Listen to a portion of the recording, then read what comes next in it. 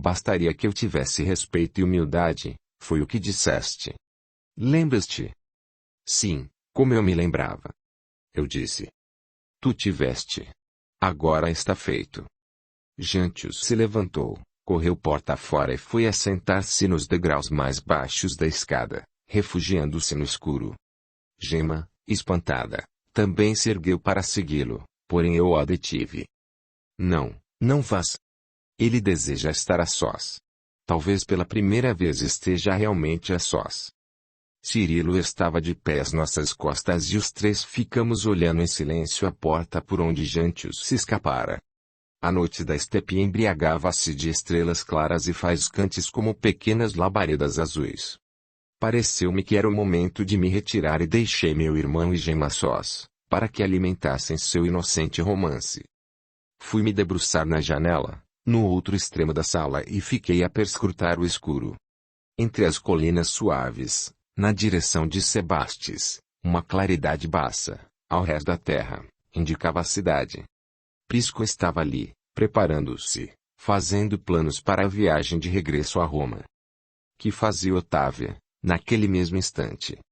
Em imaginação via sobre um coxim de seda oriental, envolta em suas leves sedas, na moldura iluminada do palácio de Mamerco, onde se acolhia.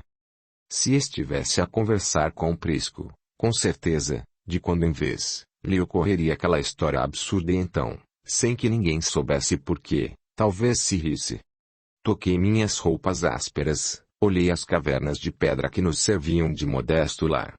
Se Janti não estivesse ali, ao alcance dos meus olhos, se não estivesse realizado o trabalho que Prisco desejara e pedira, eu diria, uma vez mais que sonhava. Fora um ciclo. Ele regressava à cidade dos Césares, Otávia regressaria também. Podia ser que voltassem juntos. Então, talvez tudo lhe parecesse apenas um sonho e o silêncio tornaria a cair sobre mim. Olhei para Cirilo e Gemma. Que contraste eu fazia com meu irmão. Em face de sua simplicidade e candura, eu era um ser complexo, dramático e absurdo. Eu não podia, nem por sombras, tentar comparar-me a Gemma. Embora não chegasse a ser um ano mais velha do que ela, minhas experiências, por comparação, faziam-me 100 anos mais vivida. Meus sobressaltos e angústias, minhas arrasadoras interrogações, o dolorido amor que era meu, seriam sombras de irremediável desastre naquela alma aprazível. E por que não nos organizarmos num grupo cristão de moços para o estudo e o trabalho, conforme o plano que nos é oferecido? Ouvi a voz de Nicalo na porta. Sim, por que não?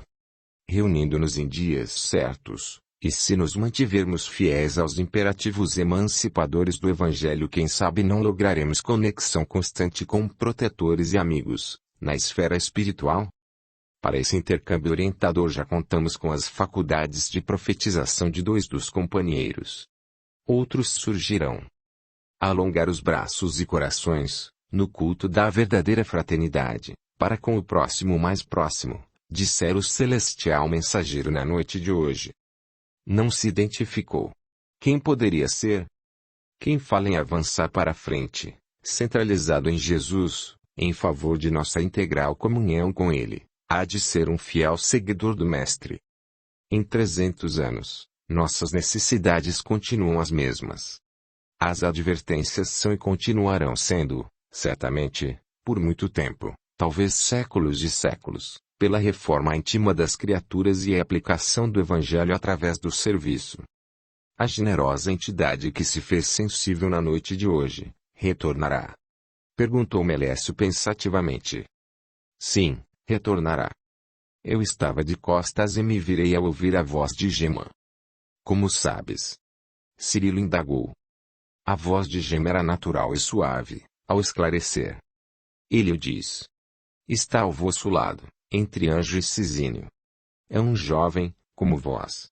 Diz que o grupo deverá crescer nos próximos meses e que devemos preparar o clima espiritual para os que virão. Serão muitos. Será preciso encontrar um local para as reuniões, porém no justo momento ele nos inspirará. Com outros jovens do mundo espiritual estará conosco sempre que possível. Sibício é o seu nome. Cirilo e Gala nos dirão quem é. Ponto. Sim, nós sabemos. Disse Cirilo com vivacidade. Cibício diz, prosseguiu Gema com lucidez, como quem reproduz o ditado de alguém invisível, que a pretexto de novas reuniões, não deveremos desertar dos trabalhos da igreja. Adastro necessita de todos. Enquanto Adastro permanecer à testa da comunidade, é dever a colaboração intensa, a assistência constante. Ao mesmo tempo que a lembrança de Cibício assaltava minha memória, a referência feita a Adastro enchia-me de uma dolorosa interrogação. Eu não disse nada. Não podia saber se os mesmos pensamentos tinham ocorrido a alguém mais. Não houve manifestação. Todavia, naquela pequena reprodução de um discurso impercebível aos nossos ouvidos ordinários, estava uma insinuação. Enquanto Adastro permanecer. Por quanto tempo o bondoso ancião, já fatigado e sofrido, permaneceria conosco? Enquanto Adastro permanecesse, era dever não nos distanciarmos. E depois? O que estaria por suceder? Que modificações se esboçavam? Chegaria um momento em que as responsabilidades estariam extintas. Chegaria um momento em que o dever se transformaria em imperativo de afastamento. Um versículo evangélico subitamente se delineou, embora obscuramente em meio às minhas cogitações, enchendo-me de tristeza e de uma vaga aflição. Se o vosso olho for motivo de escândalo, arrancai-o. Pressente Filoquitemo junto de mim. Não te amedrontes, dizia-me baixinho como que adivinhando meus inarticulados pesares, aconteça o que acontecer, estaremos firmes. E está claro que não nos faltará auxílio. Estamos no lugar certo, no momento exato. Desfeita a visão de Gema, Cirilo centralizou o grupo assombrado e feliz. Quem era Cibício? O que Cirilo sabia? Conta-nos mesmo a gala, Filoquitemo pediu. Quem é Cibício? Daquele instante para frente, milhares de vezes pronunciaríamos aquele nome. Eu me lembrava de Cibício, embora fosse pequena ao tempo em que tudo aquilo se tinha transcorrido. Mamãe e Cirilo seriam capazes de narrar melhor, com maiores detalhes. Em 305 eu tinha 4 anos. No dia 1º de maio daquele ano, Diocleciano e Maximiano, ninguém sabia por quê, simultaneamente tinham abdicado. Isso se dera na vicenalia mesma de Maximiano e houve ansiedade e agitação em Sebastes, quando a notícia chegara. Diocleciano, eu ouviria dizer mais tarde, depois de perseguir e fazer matar, escravizar nas minas e torturar os seguidores de Jesus, enlouquecera. Substituindo os 2 imperadores, Constâncio Cloro e Galero tomaram o título de Augustos. Severo e Maximiano Daza fizeram-se Césares. O império foi, então, partilhado. Galero ficou com o Ilírico e Ásia Menor. A Maximiano foi confiado o resto do Oriente. A Constâncio Cloro coube a Gália e a Bretanha, a Severo, a Itália, Espanha e a África. Só em 311, com o Edito de Galero, viríamos a ter um pouco de paz. Derrotado por Licínio ante Ciralum, Maximiano morreria em Tarso em 313. Maximiano ia deixar uma reputação de ausência de escrúpulos e crueldades. Foi um tirano de costumes arrepiantes, que estabeleceu sacerdotes idólatras em todas as vilas e cidades, um grande sacerdote em cada província, servindo-se, para isso, dos magistrados que se tinham mais brilhantemente distinguido em todos os cargos e aos quais davam uma coorte de soldados e guardas. Ordenou a construção de templos e a zelosa conservação dos santuários destruídos pelo tempo. Foi essa, por excelência, a época dos vezames, das grandes riquezas acumuladas à custa dos impostos escorchantes e das maiores injustiças. Os governadores e os chefes militares eram encorajados à pilhagem, à cupidez, a agirem, em relação aos seus subordinados, como o modelo que tinham para a tirania. Os cristãos suportaram o ferro e fogo. Foram crucificados, entregues às feiras, atirados aos abismos do mar, mutilados, lançados aos subterrâneos das minas e às prisões. As mães de família eram obrigadas ao adultério, as virgens raptadas. Nosso pai, com Cibício, Vovô e muitos outros foram presos de emboscada, ao saírem de uma reunião dos homens da comunidade. Mulheres e crianças, com fundados motivos, já não frequentavam as assembleias quase de todo desertas. Postos sem sentidos por uma violenta lancetada, Adástio escapou protegido pela treva da noite e pelos detritos do monturo onde fora cair. Os prisioneiros foram poupados. Maximiano preparava-se para a guerra e necessitava de armas. Nossos homens foram levados às oficinas onde fundiam-se armaduras, couraças, elmos, escudos e lanças. As últimas notícias que nos chegaram deles vinham da costa, onde foram postos a trabalhar em armas destinadas aos combates marítimos. Cibício e papai morreram no equinócio do inverno, em 307. Obrigados a participar dos sacrifícios prestados aos deuses em favor de Maximiano, com um grupo de outros cristãos, recusaram-se. A ofensa foi considerada de suma importância.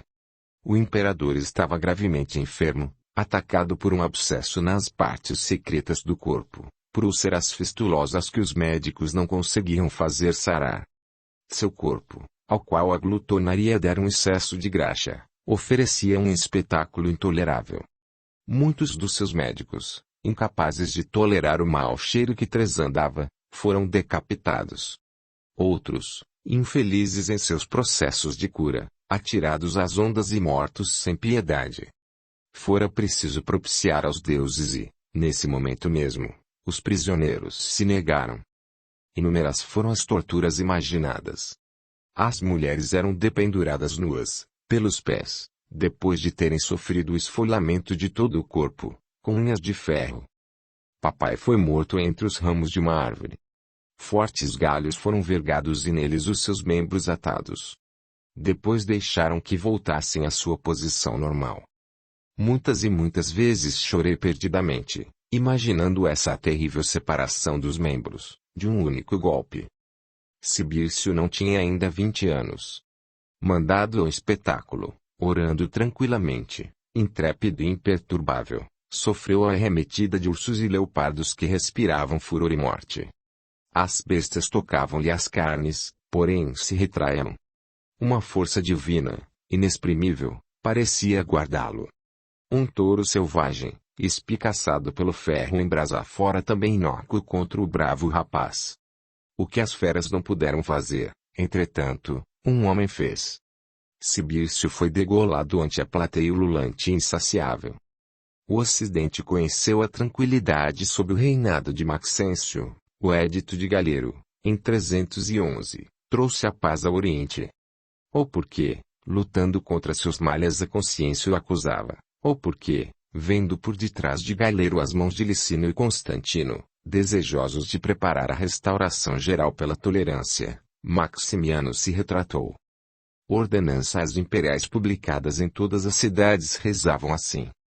O imperador César Galérios Valérios Maximianos, invencível, Augusto, grande soberano pontífice, grande germânico, grande egipcíaco, grande tebaico, 5 vezes grande sarmático, 2 vezes grande pérsico, 3 vezes grande armênico, grande médico, 3 vezes grande adiabênico, revisto da força tribunícia 20 vezes, aclamado imperador 19 vezes, cônsul 8 vezes, pai da pátria, procônsul, e o imperador César Flávios Valérios Constantin, piedoso, feliz, invencível, Augusto, muito grande e soberano pontífice, revestido da força tribunícia, aclamado imperador 5 vezes, cônsul, pai da pátria, procônsul.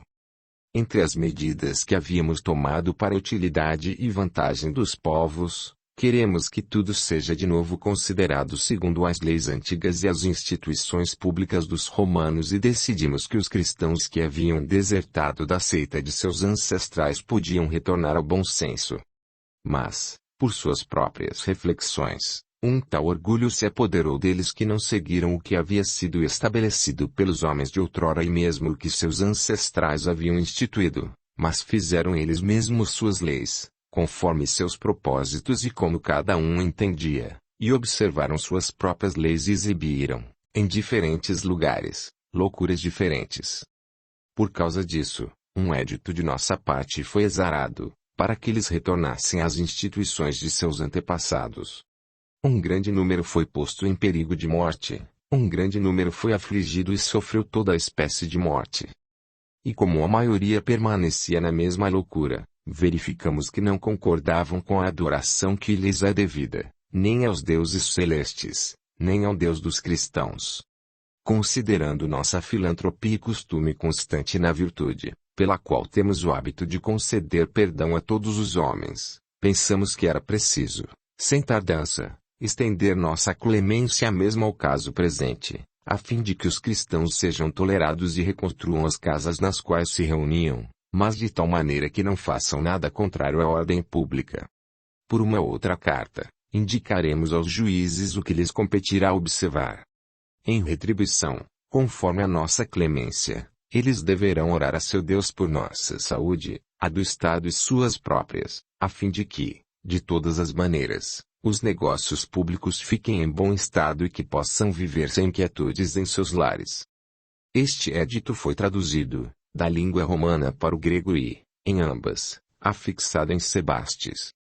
A carta a qual se referia, rezaria: é com um zelo muito brilhante e santificado, que a divindade de nossos senhores, os muito divinos imperadores, decidiu, de há muito tempo, orientar os espíritos de todos os homens para o caminho santo e direito da vida, de modo a que mesmo aqueles que parecem seguir um costume estranho ao dos romanos prestem aos deuses imortais as adorações que lhes são devidas.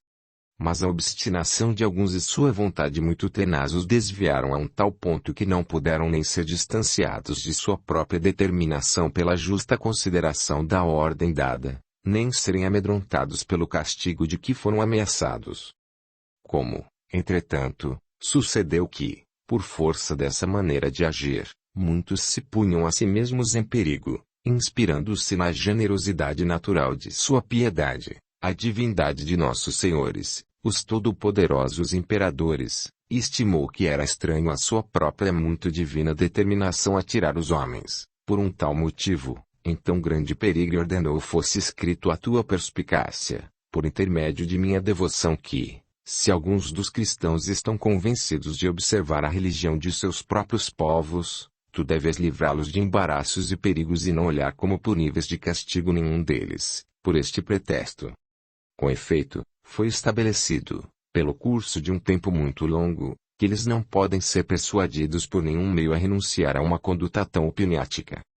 Tua solicitude deve, pois, escrever aos curadores, aos estrateges e aos praefecti para que saibam que, de hora em diante, não lhes convém se preocuparem com aquele edito. Então, mutilado em deplorável estado, vovô regressou. Tínhamos ainda esperanças de que papai estivesse vivo. Chorando e articulando sons que nos aterrorizavam, ele escreveu, no díptico, aquela história de sangue. Exangue e mamãe ia lendo em voz alta, Cirilo e eu ouvíamos, de olhos arregalados, engolindo nossas lágrimas. Lembro-me ainda daquela cena, das barbas brancas de vovô empapadas de lágrimas e de sua trêmula mão a grafar as palavras até onde a ser o permitia. Nervosa e arrebatamente mamãe alisava a superfície, apagando os escritos, para saber mais.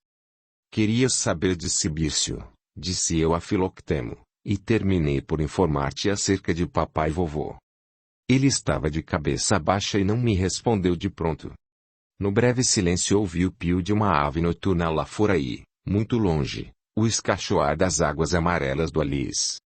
Foi assim para eles, disse Filoctemo vagarosamente, para nós, como terá de ser. Foi a minha vez de silenciar. Aquela noite, quando me deitei, senti uma dolorida saudade de nosso pai, um desejo absurdo de ter outra vez 5 anos e estar nos seus braços, puxando sua barba loira, vendo bem de perto os seus dentes brancos e fortes no largo sorriso.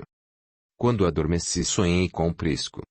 Eu me envolvia numa pele de urso sedosa e ampla. Prisco olhava para mim e sorria aquele belo sorriso que lhe extravasava um pouco pelos olhos e dizia: como ela ficou alegre. Subitamente percebi que Jantio estava ao lado dele. Prisco falava-lhe, Jantio respondia: é verdade, meu velho. Quis chamar a atenção deles, porém não me perceberam. Eu chorava e sorria.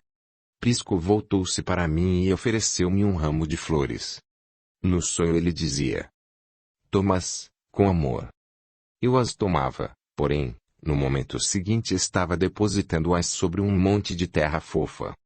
Eu soluçava fortemente. "Que queres que te dê?"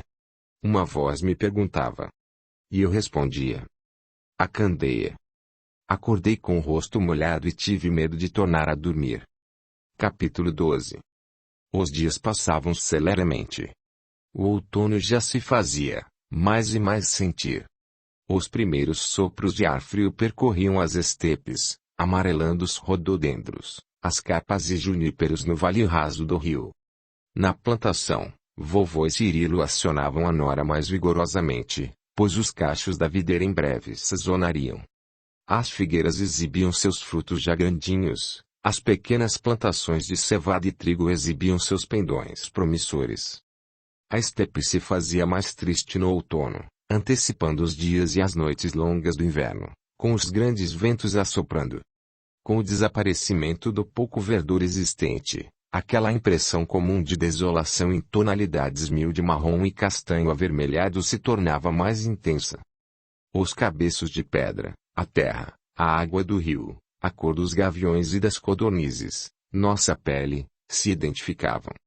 De tarde e pela manhã o rio se embuçava em mantos de névoa branca que, ao se esfarraparem tangidas pela brisa, simulavam pálidos fantasmas a volitar sobre os juncos e os espinheiros. Janti não podia vir todos os dias e, assim, o retrato progredia lentamente. Embora nunca lhe falasse sobre isso, a cada vez que ele não vinha uma pequena alegria me visitava. Enquanto o retrato não fosse entregue, eu podia ter certeza de que Prisco continuava em Sebastes. Algumas vezes tive de sofrear, junto dele e de Nicalo, o desejo de tocar no assunto. Entretanto, saber por que ele não se for ainda, podia muito bem significar mais um golpe para mim. Assim eu me acovardava e mantinha o silêncio. De que valia, também, saber? As reuniões em nossa casa prosseguiam com animação, augurando os melhores resultados. Filocteno vinha sempre, porém nossas relações não passavam de breves sorrisos e monossílabos rápidos e sem significação. Creio que ele compreendia e respeitava o meu desejo de silêncio e reflexão. Quando o grupo chegava, geralmente eu já me encontrava no canto que apreciava, junto da janela, às voltas com Orlando e o Verão, empunhando o colum. E ali ficava, distraindo-me entre o trabalho e a ouvi-los, por vezes remoendo lembranças, outras apertando uma saudade dolorosa em meu coração. No outono, o vale do rio era mais favorável ao pastoreio, pois, ali os animais e eu, nos abrigávamos mais facilmente dos ventos. Assim, constantemente, eu voltava para junto das ruínas da fortaleza Cabire. Uma vez subi até a arcada de onde Prisco estivera a olhar-me. Depois que o amor viera, minha sensibilidade como que se dilatara, exacerbava-se e as menores coisas ganhavam significação, causando-me alegrias e lágrimas. Fiquei ali, onde 2 vezes o vira, encostei-me na parede onde ele se encostava e coloquei minha mão onde a dele estivera. Um suave e confortador sentimento tomou conta de mim. Eu descobri que valera a pena. Eu possuía agora pequenos tesouros de lembranças e de emoções que talvez nunca tivesse, não fora tudo aquilo. Percebi que renunciar a ele era um divino tormento para minha alma, 1000 vezes preferível à embriaguez dos sentidos e a paixão. Os meus sentimentos eram virginais e suaves, não se tinham violentado ao fogo do instinto, como adivinhava que se passava com a Otávia. E tive pena dela. Muitas vezes temera viver com um deserto em torno, e um deserto dentro de mim. Entretanto, se fosse recomeçar, eu escolheria deserto outra vez. Assentava-me nas pedras e via as primeiras folhas que caíam, como pássaros feridos de morte, do pouso imprudente dos galhos mais altos. Depois cantava. Antes de vovô ser mutilado nós cantávamos juntos. Ele era capaz de tocar a flauta e a cítara. Então nos acompanhava depois de nos ter ensinado, a Cirilo e a mim, as músicas de sua mocidade. Toca pastor, a trompa de chifre. Recurvo. Toca a flauta, pastor. As ninfas saltam muitas brancas. Da flor do espinheiro negro. Não te confundas com os sátiros. Vê que os sons que atroas não têm o sabor das gargalhadas. As abelhas se embriagam. Se o mel é azedo, não te atordoes, pastor. Vê se teu passo ainda é firme. No carreiro, à frente das cabras. Toca, pastor, a trompa de chifre. Recurvo. Toca a flauta, pastor. Depois que vovô regressou da prisão, um dia, pensativamente, teve a cítara e a flauta entre as mãos. Não dedilhou, nem de leve, as cordas, nem levou o caniço aos lábios. Olhou-os pela última vez e foi guardá-los no fundo da canastra. Creio que nunca mais quis vê-los. Sai Deus rubicundo e saltitante. Busca os que se esfregam com mosto e se enfeitam com pâmpanos. Ofereço leite espumoso e doce das cabras e ovelhas. Tu não queres. Desejas o esfuziante suco das uvas. Mas as minhas 4 musas são a lã, o leite, o queijo e a manteiga. Muitas vezes eu tinha vontade de me aprofundar pelas ruínas, explorando as arcadas, os pátios e os corredores inumeráveis. Tantas paredes tinham ruído que não era mais possível, pelo interior, chegar até o desembarcadouro, no lado oposto. Eu tinha medo, todavia. Muitos eram os perigos, além do de encontrar um intruso lá dentro. As serpentes, os poços simulados sob a erva rasteira, os desabamentos. Pensava nesse desejo insatisfeito no dia em que Jantil chegou trazendo Acácio consigo. Acácio. Não era uma dor física, era uma dor moral. Seu coração doía sem parar. Sala de casa e se punha a deambular de um para outro ponto e quando voltava era para ver multiplicada sua aflição. A mãe fenece. Ele faz o propósito de falar-lhe, porém quando a defronta, as palavras perdem seu sentido. Na casa, de pouco em pouco, tornam-se estranhos uns aos outros. Há uma atmosfera doentia e má entre as portas e janelas mal abertas. A mãe chora, o pai vocifera revoltado e Acácio tem a impressão de que ele se refugia no vinho. Com passos vacilantes, já o viu retornar à casa várias vezes. E o vinho aumenta-lhe os caprichos. Na realidade, nenhum deles luta contra a força malévola da tristeza. É capaz de encontrar um remédio que valha contra ela. E o Acácio já não pode tratar com a mãe, apesar de toda a piedade que lhe causa, nem tampouco com o pai, pois se arreceia. Hoje esteve fora, bem longe, nos campos, ouvindo o vento assoprar entre os castanheiros. Já é tarde, mas, como é verão, ainda está claro, um resto de sol doira o contorno das montanhas, tarjando o horizonte inflamado. Então a vê. É um vulto meio indistinto, mas que violentamente desperta sua atenção. A altura, o modo de vestir-se, os cabelos soltos na brisa, tudo faz-lhe recordar a irmã gêmea consigo, Corina, a mocinha de tranças cor de ouro, que levara para o túmulo a paz e as riquezas espirituais de sua casa. A semelhança é tanta que, não a tivesse morta em suas lembranças tão frescas, teria gritado, chamando-a pelo nome. Está parada numa graciosa e natural postura, como quando posava para suas estatuetas de argila. E é curioso que, embora não lhe possa vislumbrar as feições, sente a desconhecida a sorrir e a falar-lhe, embora suas palavras sejam incompreensíveis aos seus ouvidos. Um murmúrio longínquo e abafado. Acácio fica um largo tempo assentado, olhando-a, e a figura não se move. Depois vem-lhe uma disposição diferente e a ela se submete. Levanta-se e caminha em direção ao vulto. Ele se move. Vê-a agora de costas, caminhando de volta à cidade e ele, lestamente, segue. Agora percebe-se de que não há casualidade no encontro, mas uma deliberada intenção. Aperta o passo. A distância entre elas e o vulto não se modifica.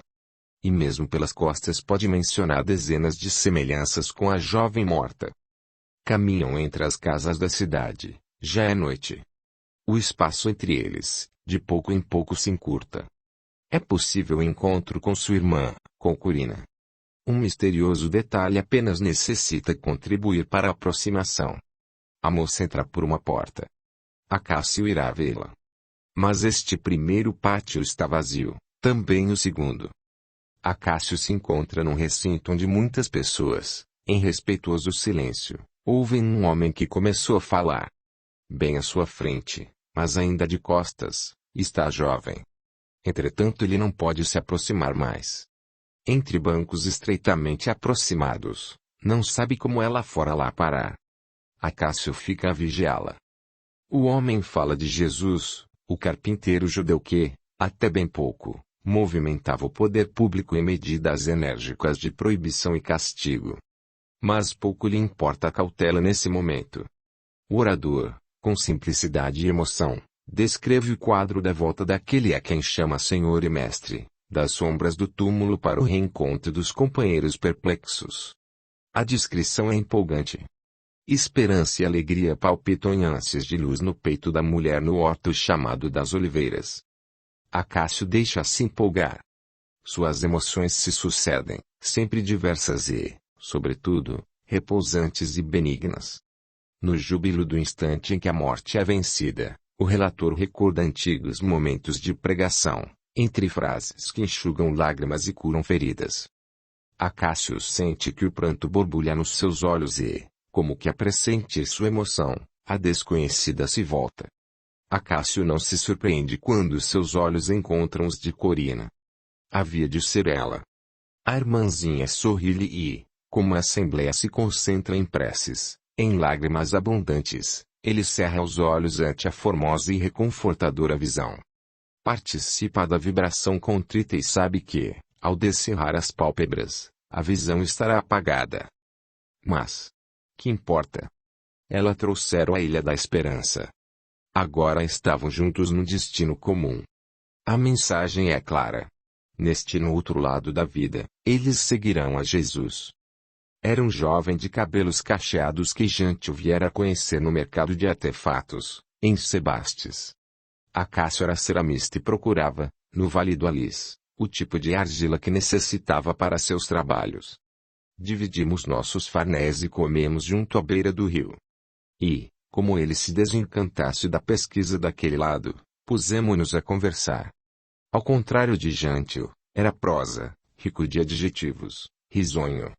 Mesmo ao examinar a contextura da lama, nos barrancos, seus dedos tinham uma agilidade e uma delicadeza que me maravilharam. Conversamos sobre os terrenos em derredor da cidade. Além do Vale do Alis, descrevi-lhe as lagoas salobras, existentes no altiplano. Acácio falou de sua irmã morta, Corina. Viera de um lugar na Grécia, por nome Tanagra. Há muitas Corinas em Tanagra, contou-nos ele.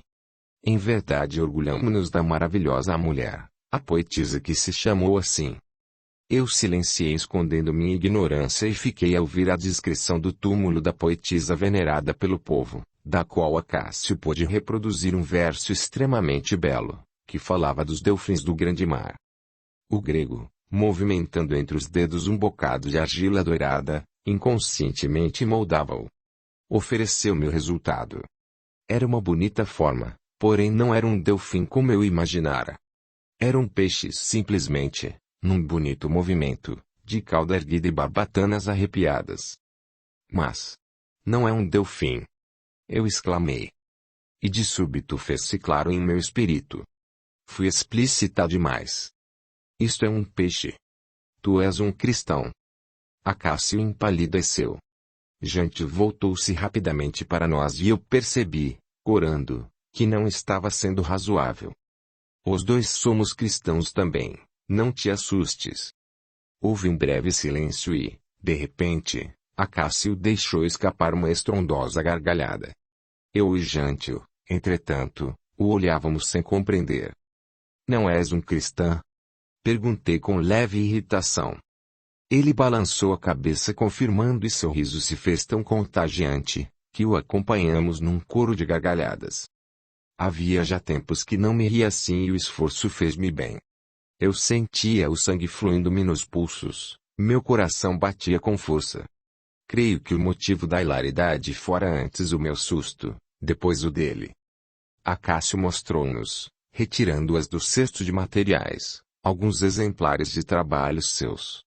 terra sigilata. Disse pondo-os em fila, diante de mim. Eram animais graciosos e finamente modelados, mas, sobretudo, deliciosas figurinhas de mulheres em gentis posições. Algumas pareciam meladas, outras tinham sido mobilizadas num movimento exótico de dança. Tinham um encanto musical que enchia Jantio de admiração. E foi por causa daquilo que eu vi o retrato. Jantio mostrou e eu vi finalmente. Estava terminado. Jantio apenas entalhara o medalhão, certos detalhes do vestido e do penteado. No mais usara as suas cores, os seus azuis e cinzas, os seus brancos e rosados. Eu estava ali, com o manto sobre a cabeça e as mãos esquecidas no colo. Minhas tranças pendiam dos lados da cabeça meio desnestradas e, como que agitados pela brisa, alguns cachos de cabelo esvoaçavam em torno da cabeça. Belo. Belo. Ouvi Acácio dizer. Está terminado, tu poderás levá-lo ainda hoje. Não, não é meu. Respondi contrafeita. Ele olhou para mim e Jantio sem compreender. Trata-se de uma encomenda. Jantio explicou. Gala se dispôs a servir-me, posando de modelo. A explicação parecia convincente. Jantio guardou o retrato entre os seus pertences e eu nunca mais tornaria a vê-lo. Bem, Jantio disse, voltamos. Falei a Cássio sobre nossas reuniões de estudos. A próxima está marcada para daqui a 2 dias. Vem se quiseres. Será uma oportunidade para conheceres outros jovens cristãos de tua idade. Ele aceitou o convite e uma ideia me passou pela cabeça. Filoctemo. Queria ver o que iria dizer.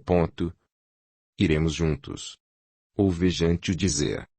Acompanhei-os até o bote e vi-os sumir por detrás dos juncos, levados pela correnteza.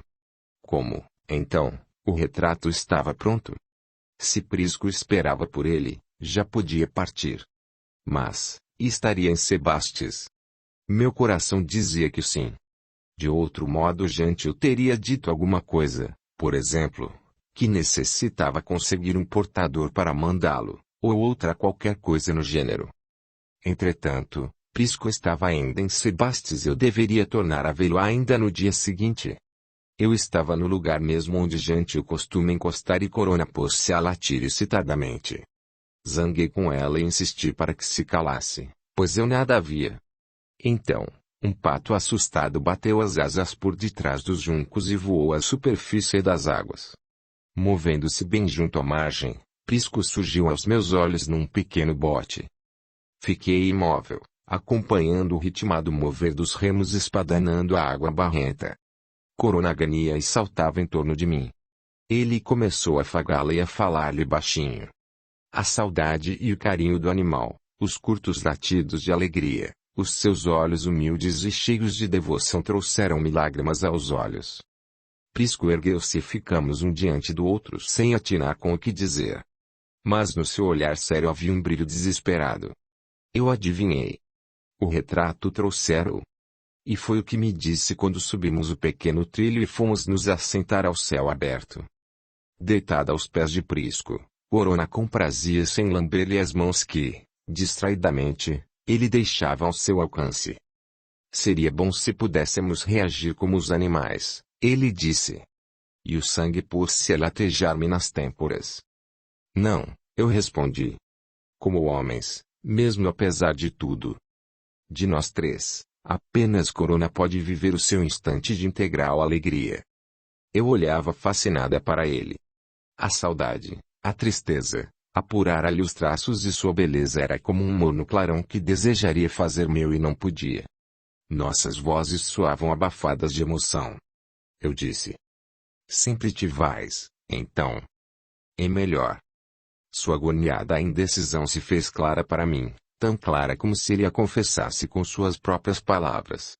Compreendi o seu propósito e a infernal disposição que o levava entre protelações, a necessidade de partir e o desejo de ficar.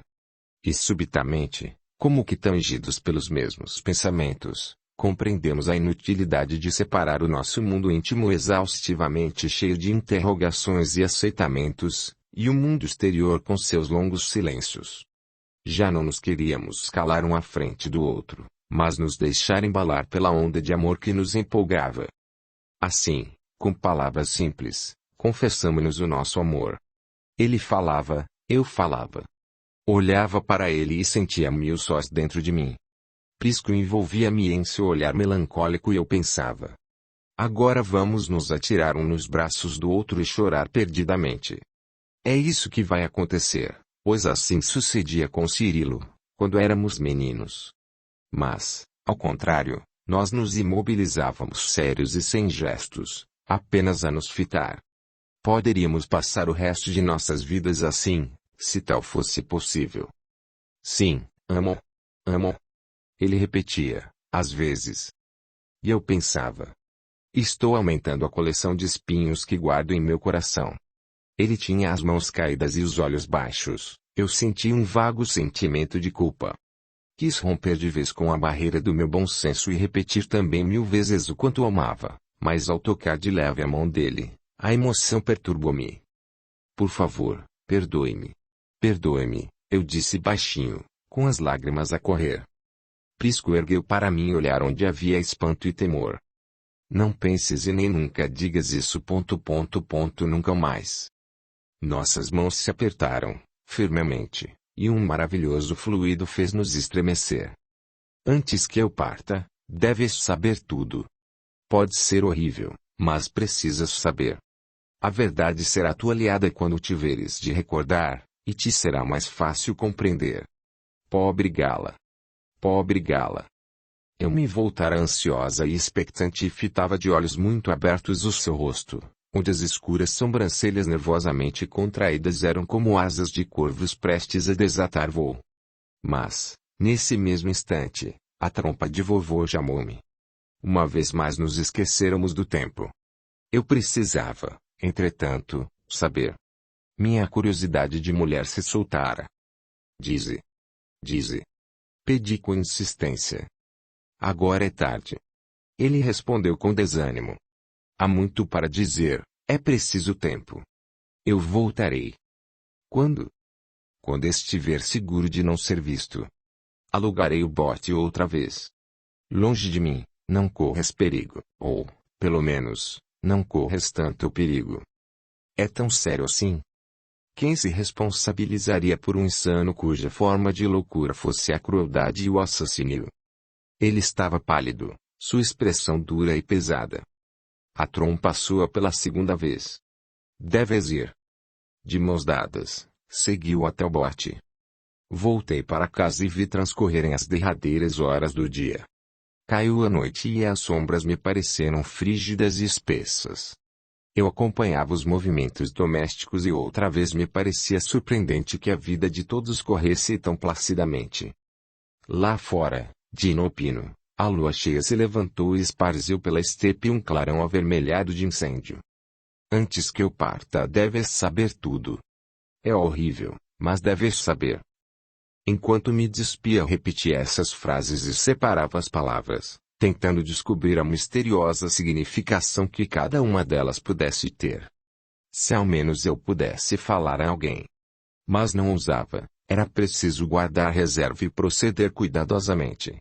Quem poderia responsabilizar-se por uma pessoa insana cuja loucura era a crueldade e o crime? O que queria Prisco dizer com aquilo? Ele tomava precauções, só viera depois de ter descoberto, certamente através de Jântil, o caminho do rio. Nós nos tornáramos molestos a alguém que tinha muito poder e, estava claro, eu era muito mais fácil de ser atingida do que ele. Então, a segurança de minha família, como já me fora dito, por Otávia em pessoa, estava em jogo. Ajoelhei-me na cama e abri a janela devagarzinho. Não interceptada a luz do luar banhou-me a face e os braços. Orei. Depois pus-me a olhar as colinas vestidas de rala vegetação, os contrafortes do Taurus, no largo espaço, a linha dos picos contra o céu brilhante. O murmúrio do rio chegava abafado e, um pouco à direita eu vi o clarão que marcava Sebastes. Respirei fundo e tentei afastar as preocupações que afugentavam meu sono. Daqui a muitos anos, pensei, quando tivermos partido, outras pessoas estarão nestes mesmos lugares, olhando as luzes da cidade, as colinas, os contrafortes do Taurus, ouvindo o ruído do rio. Mas se puder, onde quer que me encontre, e mesmo que séculos se tenham passado, tentarei recordar e sonhar que estou aqui. Aos meus ouvidos chegou um rumor de rodas e de cascos a patear na distância. O ruído cresceu e depois tornou a diminuir e, por fim, não era mais que um leve rastro sonoro no silêncio. Debrucei-me para fora, e, de pouco em pouco me identifiquei com o espaço livre. Minha pulsação casava-se à pulsação da noite. Um impulso, como uma exaltação, se apoderou de mim. Sentia-me segura de minhas ações. Eu não necessitava de consolo porque estava certa. Necessitava apenas esperar. Se falhasse, isso adviria apenas da minha impaciência. De manhã acordei descansado e pus-me a fazer os primeiros aprestos para sair. Vê como nos observa, disse mamãe referindo-se a Gútrio. De fato, ossudo ainda, porém jamais animado, ele assentara-se na cama e nos olhava cheio de curiosidade, como, se ao contrário de estarmos envolvidas com os afazeres mais comezinhos, estivéssemos obrando coisas maravilhosas. Aquela curiosidade que o fazia virar a cabeça de um para outro lado, como fazem os cachorrinhos ainda novos, deu-me vontade de rir. Mamãe, entretanto, tocando-me com o cotovelo, advertiu-me para que me contivesse. Fica assim o dia inteiro, o pobre. Disse-me, sem que ele percebesse. A ordem de um lar sedentário pode parecer estranha e surpreendente a um nômade, acostumado a tendas. No fundo o pobre sente-se bem tratado e afeiçoa-se a nós, respondi sacudindo as mantas de nossos leitos. A perspectiva é de uma nova boca e de um bom apetite. Quero ver como te vais arranjar com os coletores da nona. As cobertas estalaram mais fortemente nas mãos dela. Nós nos arranjaremos. E, ademais, podemos, por enquanto, contar com a despensa comunal. Enquanto teu irmão se entretém com seus amigos aqui, desceremos à igreja ainda hoje. Teu avô irá conosco. Cirilo estava por perto e ouviu essa conversação. Trocamos então um olhar de entendimento. Mamãe já encaixara Gútrio em seu esquema, o que não era de admirar já que, durante todos aqueles dias estivera a suspirar e a falar do pobre rapaz que podia muito bem ser seu filho, como João, o outro pobre rapaz. Afinal, ela costumava dizer, como poderemos saber? A cada vez vem num grupo diferente, para que o nosso amor se dilate. Daquela vez viéramos Cirilo e eu, papai morrera, faltara-lhe tempo para ter outros. Compreendíamos que se sentisse pobre quando, em geral nas famílias, as irmandades eram tão grandes. Naquela manhã Gútrio ganhou 2 roupas de Cirilo e desceu com o vovô João para a margem do rio. Em breve começariam as colheitas e era oportuno obter mais braços. João, Cirilo e eu estávamos acostumados ao serviço duro desde muito pequenos. Não ia ser fácil ao novo trabalhador a iniciação dos primeiros dias. A gente de sua raça trabalhava o cobre e tecia tapetes vistosos. Entretanto, em nossa casa, de pouco serviriam aquelas habilidades. Eu estava carregando o leite que acabava de ser tirado e os via conversar animadamente, com seus instrumentos às costas. Não era difícil verificar que Gútrio se punha à vontade. De natureza arisca e subjetiva, como quase todos os de sua raça, eu não me enganava ao descobrir nele uma inteligência vivaz e rápida. Estivera em muitas das cidades do ponto e conhecera outros cristãos além de nós. Eram bons, davam alimentos à tribo, protegiam as crianças doentes. Muitas vezes eu olhava os seus cabelos e aquela trança forte, a sair do alto de sua cabeça por um anel de cobre com estranhos sinais. Dava-me o que pensar. Não sabia onde vira qualquer coisa como aquilo. Se me não enganava, tratava-se de um sinal de nobreza. O pai de Gútrio devia ser um homem de importância na tribo, se não o mais importante. Aquele rabicho a balançar de um para outro lado, aquele anel, implicaram-me ao vê-la descer, paurando, para o Alice. E na mesma tarde, quando fiquei a sós com Cirilo e João, falei-lhes a respeito. Mas se é uma pessoa de importância, por que motivo sua ausência não foi ainda anotada? Por que não o procuraram ao menos? Eu virei um pouco mais a bilha para que a água se entornasse nas mãos deles. Estávamos junto ao redil e eles se lavavam para entrar. Como sabes que não notaram, ou que não o procuraram? Eles levantaram o rosto molhado para mim. Guthrie se deixou pegar, porque estava desesperado e faminto. Já não está. Pode sair à noite, falar ao que os procuram, como um gato, como seu povo furtivo, sem que nem sequer suspeitemos. A expressão de espanto que tiveram fez-me dar uma risada curta e satisfeita. Mas, se fala aos seus, afinal, que mal pode haver? Perguntei. Bem, se assim, por que não o faria com o assentimento de mamãe, à luz do dia? Lembra-te de que a situação é nova e estranha para ele. Há também um modo de proceder natural à sua gente. Sim. Cirilo concordou. Mas esta noite vou tirar tudo a limpo. Não vais tirar tudo a limpo exatamente? Vamos observar e saber o que se passa, falou João. Íamos subindo os degraus quando Cirilo se voltou para mim. Como sabes? Viste alguma coisa? Não, eu não sabia, nem vira coisa alguma. Apenas me ocorrera que plausivelmente, fosse assim. Corona não me aceita ainda. Disse-nos Guthrie ao entrarmos. Vede como me olha. Audiolivro realizado pelo canal Surya Chand Audiobook. A cadela estava sentada nas patas traseiras e olhava para ele friamente, como se, ainda desconfiada, julgasse oportuno continuar a vigiar. Isso fez-me lembrar da alegria com que fora ao encontro de Prisco, 2 dias antes e do afeto que lhe testemunhara. Guthrie se aproximou dela e tentou afagar-lhe pelo mácio, cor de castanho e branco. Suas orelhas se espetaram, seus olhos se acenderam cheios de desconfiança. Corona rosnou aborrecido e procurou se afastar. É diferente para cada pessoa, disse o moço com desconcerto. Ela terminará por te aceitar, comentou Cirilo vindo em meu auxílio. Mas é preciso que tenhas paciência. Guthrie. Eu perguntei. Esse anel que usas no cabelo e mesmo o modo como o penteias, não é comum aos homens todos de teu povo. Significam alguma coisa de especial? Ele olhou para mim.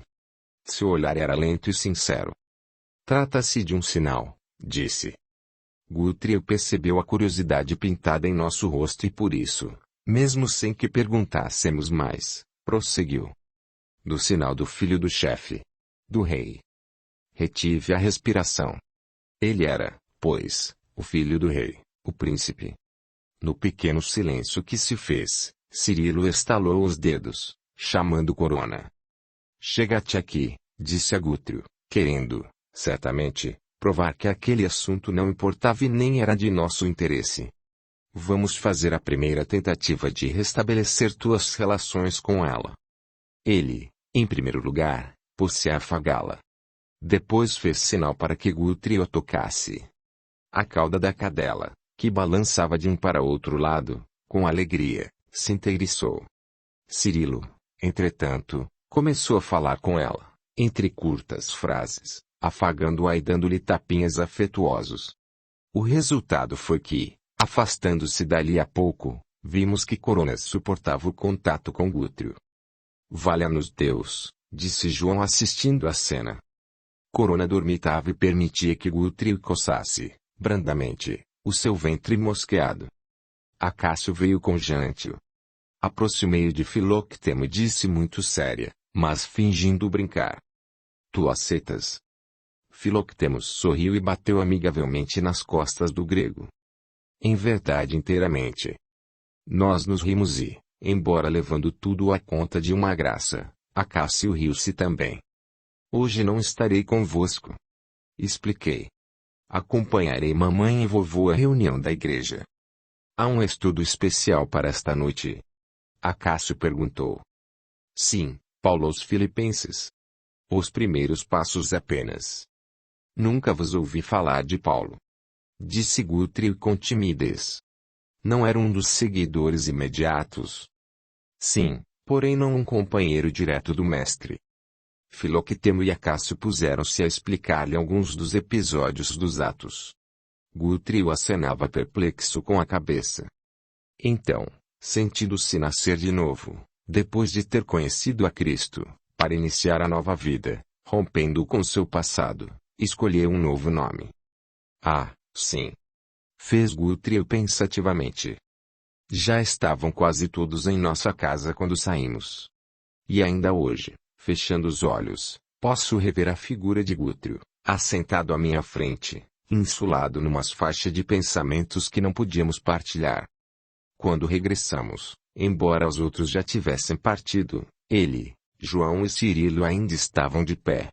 Não foi difícil adivinhar que alguma coisa sucedera em nossa ausência quando Cirilo veio ao nosso encontro e nos disse: "Vede o que acaba de suceder. Guthrie não se quer chamar mais Guthrie." "Sim," fez o outro com insistência, do fundo da sala enquanto João nos olhava com perplexidade. "Sim, por favor, ajuda-me." Eu bati palmas e disse arrebatadamente: "Sim, sim, podes contar comigo." Mas as sobrancelhas de mamãe se tinham encontrado e um vinco marcava-lhe a testa. Ela perguntou: "Mas por que isso?" "Por causa de Paulo." Cirilo esclareceu: "Filho, tu não conheces a história toda. Contaram-te os problemas surgidos entre o apóstolo e sua família? Tu tens igualmente uma família, um povo. Pensa no que pode ocorrer desse teu gesto." Eu quis argumentar em favor de Guthrie, porém refreiei-me embora o seu olhar suplicante. Houve um silêncio de expectativa entre nós. Vovô, que estivera a nos olhar com os seus olhos azuis arregalados, fez um gesto como a dizer: "E daí, como ficamos?" Então eu resolvi intervir.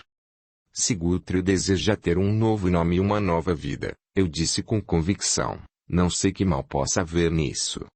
Ele pode agir com cuidado relativamente ao seu povo. Prudentemente. Penso mesmo que, na tribo, não precisarão saber tão de pronto." "Sim, sim," fazia Guthrie com satisfação. Creio que, no fundo, a ideia não deixava de ser agradável à mamãe, embora sua prudência necessária. Ela limpou a garganta. "Bem," disse olhando meditativamente a ponta de seu manto, que torcia entre as mãos, "digamos que, por enquanto, tudo ficará aqui, entre nós." Então Guthrie disse algo que fez o seu rosto resplandecer. "Mas, como me chamareis, senhora? Peço-vos que nomeeis o novo Guthrie que está nascendo." Aquela era a oportunidade de fazê-lo um seu filho. Percebi que o sangue afluía em seu rosto bonito. Ela teve um momento de hesitação em que torceu, ainda mais nervosamente, a ponta do seu manto. Guthrie parecia desperto do torpor de uma imaginação exausta. "Não quero enganar-me mais, não quero enganar-me mais." Ele dizia: "Por favor, ajuda-me." Mamãe encontrara o nome, pois seus olhos relampejaram. Ela colocou a mão sobre a cabeça de Guthrie e disse: "Para nós tu te chamarás Eliano. Gostas?" Aquela brilhante insinuação de Sou agradou a Guthrie. Pus-me outra vez a bater palmas, enquanto os outros riam. Há muito tempo eu não via vovô rir como ri agora. E meu entusiasmo era tão grande que Cirilo também se pôs a bater palmas. "Sim, vede só," disse mamãe divertida e feliz, voltando-se para nós. "É como se voltássemos 10 anos atrás." Batei palmas, crianças. Batei. Capítulo 13. Nos dias que se seguiram pastoreei sob um céu amarelado, velado de pó, pois os primeiros ventos outoníços, já carregados de frio, nos atingiam, ressecando minha pele dos braços e do rosto, e gretando meus lábios. As águas do rio, em grossas ondas, quebrando-se com estouro de encontro às margens mais altas, avançavam e recuavam raivosas pelas estreitas praias, nos lugares em que os animais, medrosos, costumavam beber. Eu me abrigava entre as pedras e ficava a ouvir o gemido abafado e taciturno do vento noroeste, a varrer a estepe. Por vezes, abrigada no pequeno vale do rio, via tufos de relva crestada passando bem alto, como aves desgarradas, voando sobre minha cabeça. Iniciava-se a melancólica a estação com seus rumores monótonos e constantes aos quais nos acostumáramos desde a infância, mas que causavam inquietação e tristeza aos forasteiros. De manhã, acossados pelo mau tempo, os gaviões esvoaçavam em derredor de nossa casa, agitando as escuras asas, em círculos próximos. Saímos para fora e ficávamos a vê-los, sem, no entretanto, encontrar uma explicação para o fato. Lembro-me de que, naquela estação, quando aquilo se deu, o rufiar das asas castanhas e seus gritos agudos encheram-me de uma vaga aflição. Talvez a mudança dos ventos dificulte a volta deles para os ninhos na cordilheira. Disse Cirilo olhando para o alto. Era, pelo menos, o que papai supunha. Fiquei parada ao lado dele acompanhando o rumo de seu olhar. Ia me afastar para longe da casa com Corona e o rebanho quando ele me deteve. Tinhas razão. Disse-me acenando para que João se aproximasse. Estivemos, João e eu a vigiar o nosso Gútrio. Contou-me então que, pela madrugada, Gútrio saíra furtivamente para fora e estivera a confabular com 3 dos seus antigos companheiros, ao pé da escada. Pouco antes, disse-me ele, tínhamos ouvido qualquer coisa como um pio de mocho repetido a intervalos, até que Gútrio saiu. Estiveram a parlamentar algum tempo, depois Gútrio tornou a entrar e deitou-se. Vais contar isso à nossa mãe? Perguntei. Não, não vou. João e eu concordamos em que não há motivo para criar suspeitas em relação a ele. Isso que nos parece estranho, esse comportamento de Gútrio, está de acordo com o mundo em que viveu. E mesmo que ele se transforme, os seus companheiros não se transformarão. Ele terá de viver, pelo menos durante algum tempo, nessa fronteira de confiança e desconfiança, de franquezas e subterfúgios. Não tenho razão? Concordei com ele. Não muito longe de nós, indiferente ao frio, apenas com um leve vestido sobre a pele trigueira, Gútrio trabalhava, compenetrado e meticulosamente, na reconstrução da paliçada, tarefa para a qual negava-se a aceitar qualquer auxílio nosso. Estávamos a observá-lo quando vimos que mamãe se aproximava dele pela passagem do redil. Trazia uma das capas que fizera para Cirilo no inverno do ano passado, muito bem dobrada no braço. Pô-la sobre os ombros de Gútrio e nós surpreendemos o seu gesto de surpresa e depois de contentamento. Puseram-se a falar, porém o vento soprava contra nós e não pudemos captar o diálogo. Mas ao se voltar, o rosto bonito e sereno dela irradiava contentamento. Mamãe nasceu para a maternidade, disse Cirilo ao meu lado. Nunca nos ocorreu pensar o quanto deve ter sido amargo para ela ver o curso de sua atividade interrompida. Não respondi. Mas aquilo que ocorria a meu irmão agora, vezes e vezes me ocorrera antes, talvez porque eu também fosse mulher e pudesse melhor compreender. Voltei-me para ele mudando de assunto. Estiveste a falar em Gútrio. Não te esqueças, agora ele se chama Eliano. Durante alguns dias, como que a instalar o outono, o vento arfou e as ondas do rio roncaram sem parar. O sibilar dos ramos que se desnudavam, aquele conjunto de sons queixosos e repetidos enchia-me de melancolia e de uma vaga irritação. À noite dormia mal. Ficava desperto ouvindo o ruído desassossegado do vento e o marulhar das águas, entretecendo-os com pensamentos agitados. O fato de Prisco não voltar podia significar que as coisas não corriam bem para ele em Sebastes e que, pelo menos, faltara ali condições de segurança para tomar outra vez o bote e vir até onde eu estava. Naquele prenúncio de estação descemos à igreja e levamos Eliano conosco. Intimidou-se no meio de tanta gente desconhecida, abaixou a cabeça e ficou mudo em um canto, apenas a ouvir. Vi Filoctemo de longe e não me foi difícil perceber que havia novidade. Filoctemo tinha a transparência da brisa. O que há de novo? Perguntei-lhe ao nos encontrarmos. Já sei, tenho a transparência da brisa. Mais ou menos. Eu diria que estás alegre e preocupado. Bem, temos novidades aqui na igreja e eu, pessoalmente, tenho um novo elo. Um outro. Vês o rapaz acolá, o de cabelos ruivos, junto da mocinha também se cabelos ruivos. Ela é Zenóbia, ele Heráclio. Em breve os conhecerás. Heráclio. O avô não estava satisfeito.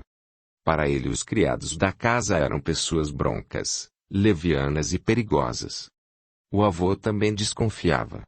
Dizia-se que a religião dos homens do caminho se propagava rapidamente, como a peste, sobretudo contagiando as pessoas simples e, por isso, mesmo, mais sujeitas a se deixarem levar. Além disso, guardava a impressão de que os servidores faziam causa comum com as crianças. Eram, aliás, duas adoráveis crianças, além do mais, órfãs de mãe com o pai em terras distantes, refazendo a fortuna. Mas o avô era homem que sempre encontrara processos rápidos para resolver seus problemas. E tinha recursos para segregar os pequenos do convívio com os servidores da casa. Reuniu-os e dispôs novas ordens. Decretou que as crianças ficariam alojadas na ala em separado, aos fundos do grande pátio central e com apenas 4 contatos diários com o mordomo e a governanta. Ao espírito do pessoal reunido surgiu clara a ideia de que o homem estava abalado em suas faculdades mentais. Ao ser chamado, Heraclio chegara trazendo a pequena Zenóbia pela mão. E provou o seu brando temperamento quando, ao ser informado sobre o regulamento, soube agradecer a medida ao avô, concordando com quanto desejava. Aqueles 4 contatos representavam as 3 refeições e a hora do banho. Sucedeu que, poucos dias depois de instalados nas dependências dos fundos, as 2 crianças já não tinham o que se dizer nem o que fazer. Foi quando decidiram explorar as dependências e foram dar uma espécie de sótão empoeirado, cujo respiradouro se abria sobre a grossa muralha que contorna a propriedade, isolando-a das vizinhas. E ainda nessa noite, caminhando sobre o respaldo da muralha, põem-se a explorar as redondezas. E de pouco em pouco, curiosos e excitados, vão mais longe. Pelo lado sul a casa divide com um pátio que se torna o local preferido das escapadas noturnas. Muitas pessoas se reúnem ali. Abraçam-se amigavelmente, falam-se com ternas palavras. Envoltas nas sombras da noite e ocultas pelos altos ciprestes, as crianças assentam-se lá e ficam a vê-los e a ouvi-los. No dia em que são descobertas, uma alta escada com assentos circunflexos encostada à parede e elas são descidas. Há quanto tempo estão espiando dali? Muito tempo. Um verão, depois o outro. Zenóbia crescera quase 1 palmo, Heraclio quase 2. O menino diz ao grupo perplexo, sem constrangimento: não vos assusteis. Já agora, também nós somos cristãos, Amana e eu. Por isso não fugistes quando vos vimos. Sim, por isso. Também julgávamos que já era tempo vos falarmos. Queremos regressar para junto de nosso Pai. Podeis nos ajudar? Queridas crianças, como poderemos vos ajudar? Orando conosco para que ele venha, ou que mande alguém. A longa escada já não sai de junto ao paredão. Esta manhã o memento chega a casa. Na presença do avô, o sereno ancião fará assim: trago cartas de vosso genro e ordens para, com vossa permissão, levar os pequenos de volta. Em viagem, Heraclio dirige-se com simplicidade ao mensageiro. Todos estes meses oramos para que viesses. Adivinho-te bom e compassivo. Dize-me, Memento, és cristã? Nós o somos. O olhar de Memento fulgura. Deus nos abençoe, eu também o sou. Além disso, o que há? Filoctemo relutou em responder. Verás daqui a pouco. Chega-te aqui. Seguiu e fomos ao encontro de Heraclio e de sua irmã, 2 bonitas criaturas, que chegavam da Licaonia. Memento, filiado à igreja de Sebastes, aceitara, anos passados, encarregar-se da educação deles. Voltava agora trazendo-os consigo enquanto o progenitor regressava a Roma, convidado a participar de movimentos políticos ainda não de todo definidos. Informava-me disso quando Meliton, acompanhado por um desconhecido e por Adastro, entraram na sala. Aí tens a segunda surpresa, disse-me Filoctemo num sopro. Um pesado silêncio caiu sobre a assembleia. O desconhecido era de mediana estatura e bem formado. Tinha os cabelos castanhos, a boca pequena e móvel, o nariz aquilino. Seus olhos percorreram a sala e, de imediato, percebi-lhe o brilho intenso, a expressão amável e enérgica. Adastro apresentou e eu contive a respiração surpreendida. Como, então, a igreja de Sebastes ganhava importância? Estávamos diante de Atanásio, diácono de Alexandria, representando o próprio Alexandre. Entretanto, ainda no ano anterior ouvira dizer que se encontrava refugiado nas grutas do deserto da Tebaida onde, igualmente, habitava o célebre Antão. Por causa de Antão e, depois, de Atanásio, muitas discussões se levantaram em torno da palavra grega ascetismo, que significava praticar. Lembro-me de que Adastro recusava a vida ascética. A aspiração por um plano espiritual mais elevado era inerente ao espírito humano, mas a ideia de que tal ideal pode ser atingido apenas pela solidão era um engano perigoso. Sentimos, dizia Adastro, o trabalho espiritual intenso a se desenvolver em derredor do homem desde toda a eternidade. O que seria de nós se os nossos inspiradores e guardiães, nas esferas maiores, se refugiassem à distância da humanidade sofredora e iludida?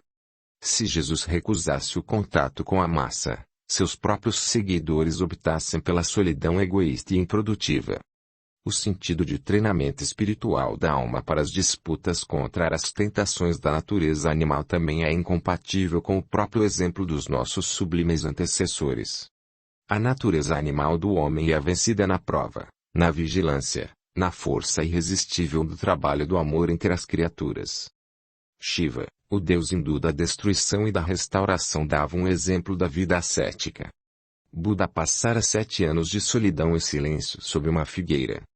Era, pois, natural que os brahmanes se retirassem para a vida de eremitas, procurando penetrar os derradeiros arcanos do ser, embora, deixando em pós disso uma humanidade atirada aos últimos quarteirões da ignorância e da miséria física.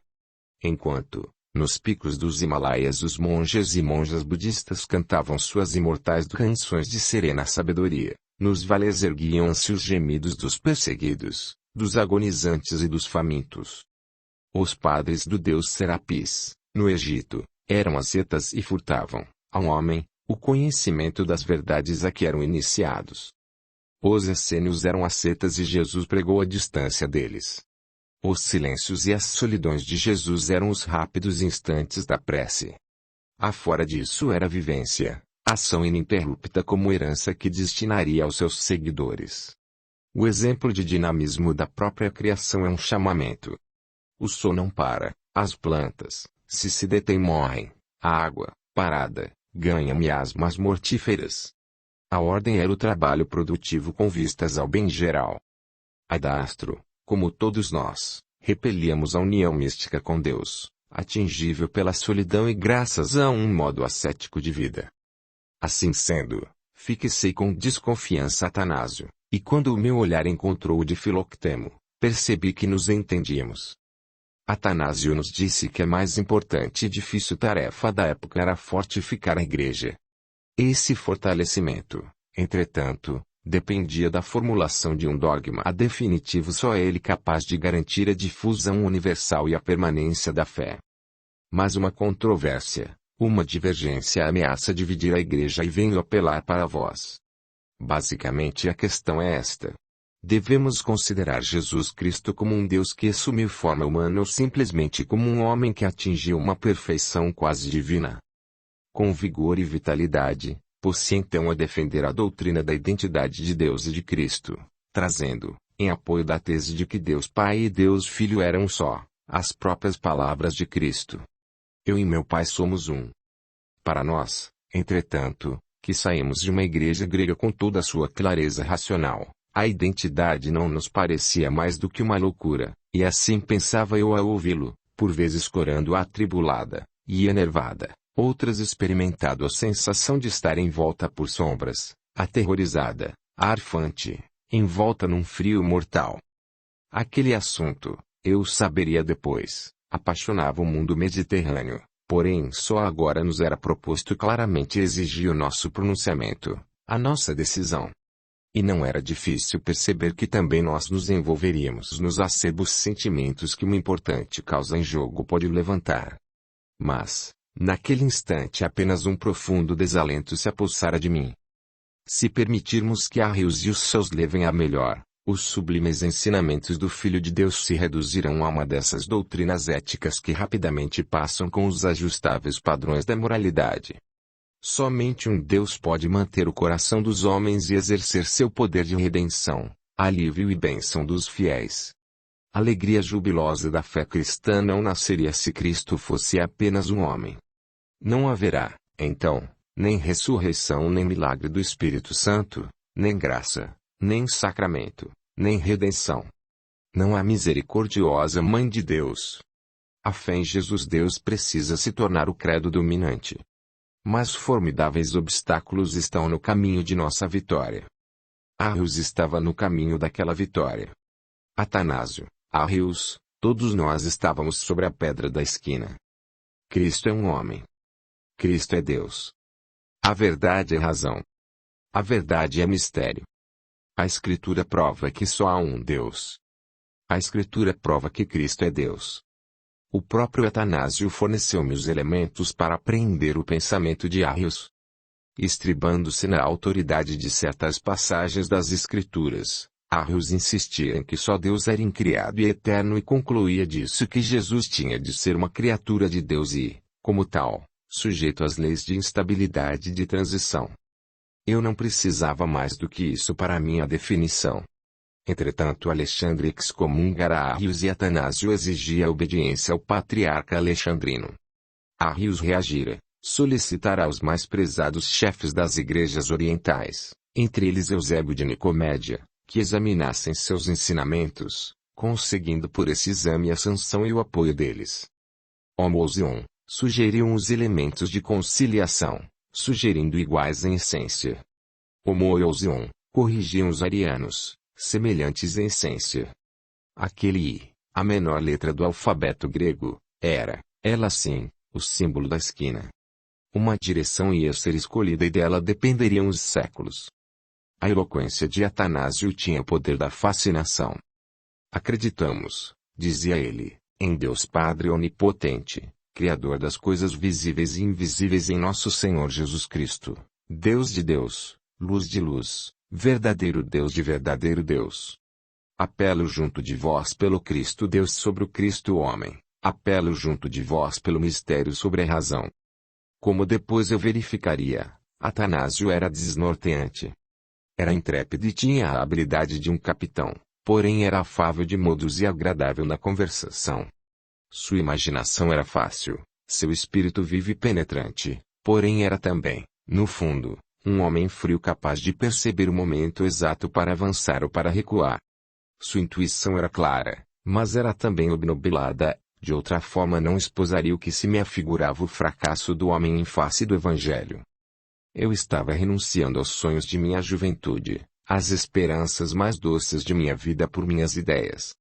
Pensar que os homens iam fantasiar sobre elas de perdê-las, enchia-me de mágoa e consternação. Houve um silêncio longo quando Atanásio terminou de falar. Eu, não sei por que me pus de pé. Todos os olhares se voltaram para mim e o rosto aterrorizado de minha mãe pareceu crescer e se aproximar implorativo, exigindo meu silêncio. Foi Meliton quem perguntou. Vais falar? Sim, vou. Respondi tentando dominar-me. Por quê? Porque não posso aceitar. Lembra-te da autoridade diante da qual te levantas. Disse Meliton trêmulo de irritação. Lembro-me de que me levanto diante da autoridade de minha própria consciência. Senti-me de repente exausta com a penosa sensação de estar sobre as águas profundas apenas firmada sobre o leve espelho do gelo quando os ventos mais quentes começam a soprar. Tu não compreendeste, tornou Meliton com frieza. Se tivesses compreendido verias que é nosso dever cumprir a vontade do diácono. Não podes ser julgadora neste assunto. Está escrito no Evangelho que quem não é por Deus é por Mamon. Quem não está por mim, diz Jesus, é contra mim. Foi assim, por isso que papai morreu.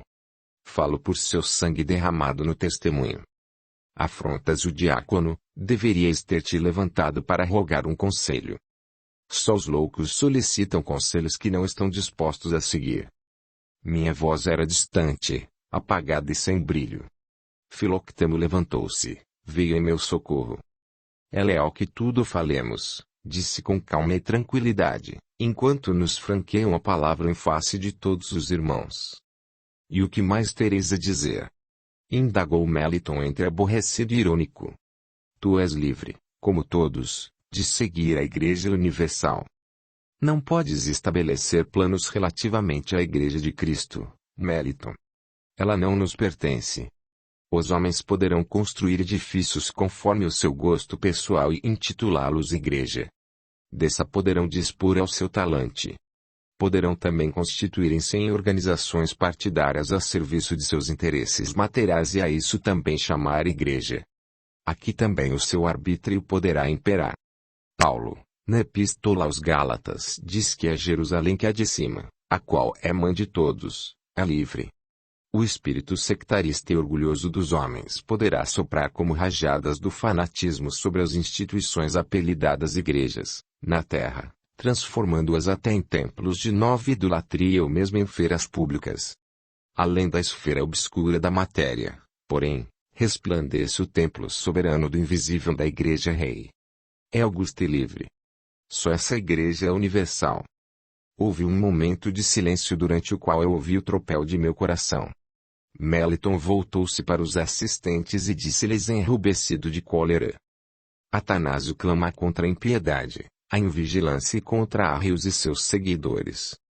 Em nome de Alexandre de Alexandria, ergueu-se Atanásio a dizer, ordeno que Meliton permaneça na igreja de Sebastes com autoridade igual à do ancião e amplos poderes para as denúncias de heresia que se fizerem necessárias. Percebi que a mudez dos assistentes equivalia a uma aquiescência. Eu e Filoctemo nos entreolhamos. Assentamo-nos. Adastro, compungido-se pós orar, encerrando os trabalhos da noite. Naquele momento de decisão, Adastro me pareceu bom e puro, muito além de mim, que podia eleger para a rebelião. Enquanto orava em silêncio, apesar do auxílio providencial que Filoctemo me trouxera, um sentimento de solidão sorrateiramente se insinuou em meu espírito. Era qualquer coisa que me purificava, mas que, ao mesmo tempo, trazia meu desejo de chorar. Ao terminar a reunião assentei-me ao lado de Eliano e, como ele, abaixei a cabeça tristemente. Seguiu-se um espaço em que estive abstrato e vazia e depois ouvi a voz de Nícalo dizer qualquer coisa a respeito de Meliton ser um caprichoso. Em seguida veio a voz de Cirilo. Nossos jovens amigos se tinham reunido, porém agora falavam reticenciosamente num tom abafado que me escapava aos ouvidos distraídos, sem conseguir reter as palavras. Mas retinha o ruído do vento lá fora e o farfalhar das folhas dos tamarineiros. Aqueles tristes rumores me reconfortaram como o fariam frases de compreensão. Apercebi-me da sala. Vi que, com seus olhos amendoados e espertos Eliano seguia agora, atentamente, quanto se passava em seu derredor. Antes de mim ele tomara cobro. Com sua figura de sacerdote egípcio, um ar de desplante que não se importava em ocultar, Meliton vinha formar com o grupo jovem, trazendo Atanásio consigo. Atanásio queria convencer, explicar. A igreja vai se organizar, ele disse peremptório e fervoroso, porém sem calor. E eu me lembrei de uma frase que ouvira algum tempo antes, a seu respeito exatamente. Ninguém percebe melhor o momento de avançar ou de recuar, do silêncio ou da palavra, da ação ou do repouso. Deveis compreender que na unidade de vistas e na organização está a força. A igreja necessita de um elemento agregador, ouvi Meliton curiosamente dizer. Em torno desse elemento vai ser possível um collegium para a congregação apostolar. Como o collegium augurum. Nícalo se referia a uma das formas de organizações do culto pagão. De certa forma, fim de que a igreja possa fazer proselitismo é preciso um acomodamento ao mundo tal como existe agora. O que pode fazer a força do paganismo, poderá fazer a força do cristianismo. Na batalha para alcançar a maioria, não importa aderir a algumas formalidades exteriores, tais como as que tanto atraem e interessam as massas nos diversos cultos. Isto quer dizer que nós mesmos abriremos a brecha na muralha, de dentro para fora. Disse João. O olhar de Filoctemo encontrou o meu como um relâmpago. Mais ou menos aquilo eu dissera meses atrás, certa noite, ali mesmo. Lembro-me de que a discussão se generalizou em termos de franqueza. Frases como confortável materialismo, absorvido pelo ambiente, golpe de astúcia chegavam ao meu ouvido precipitadas e candentes.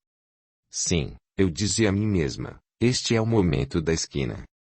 A pedra ia ser rejeitada, mas era possível que os séculos se encarregassem do novo edifício.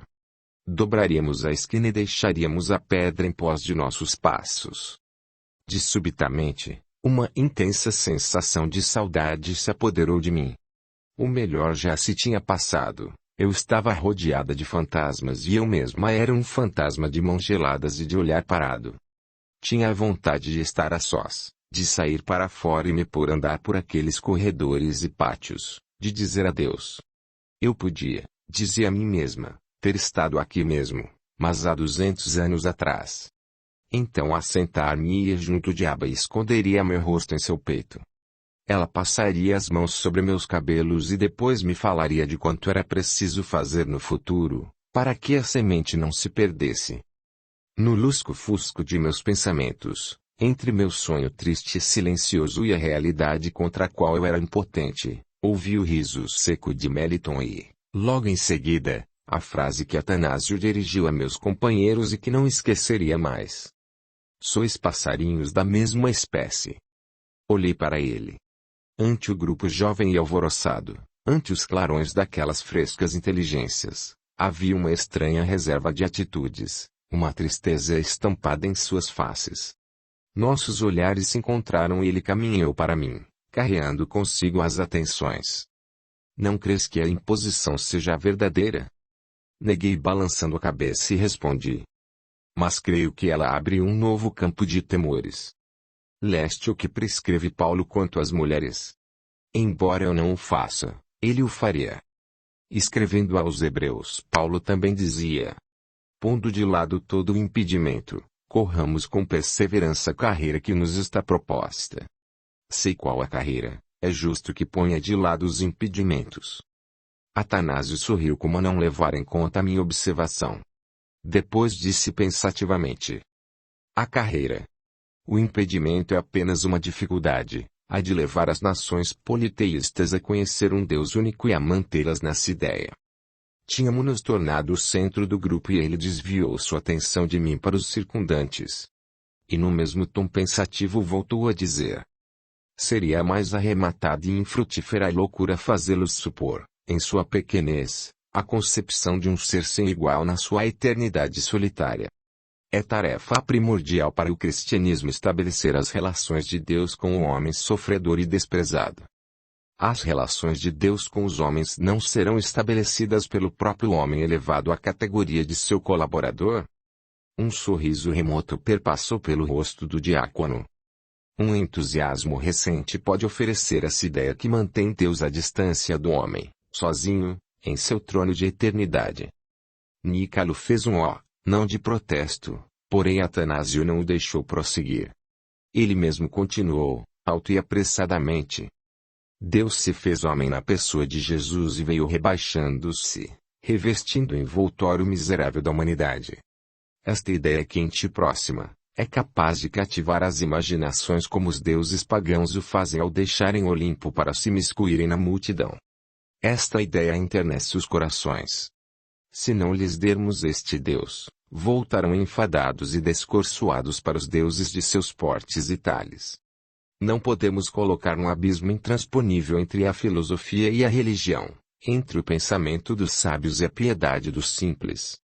Não podemos deixá-los definitivamente separados, é preciso reuni-los, conquistá-los a ambos, evitando que o Deus da razão dissipe a luz do idealismo e que a divindade das massas se corrompa na matéria extrema. E que solução propondes? Jesus mesmo é a solução.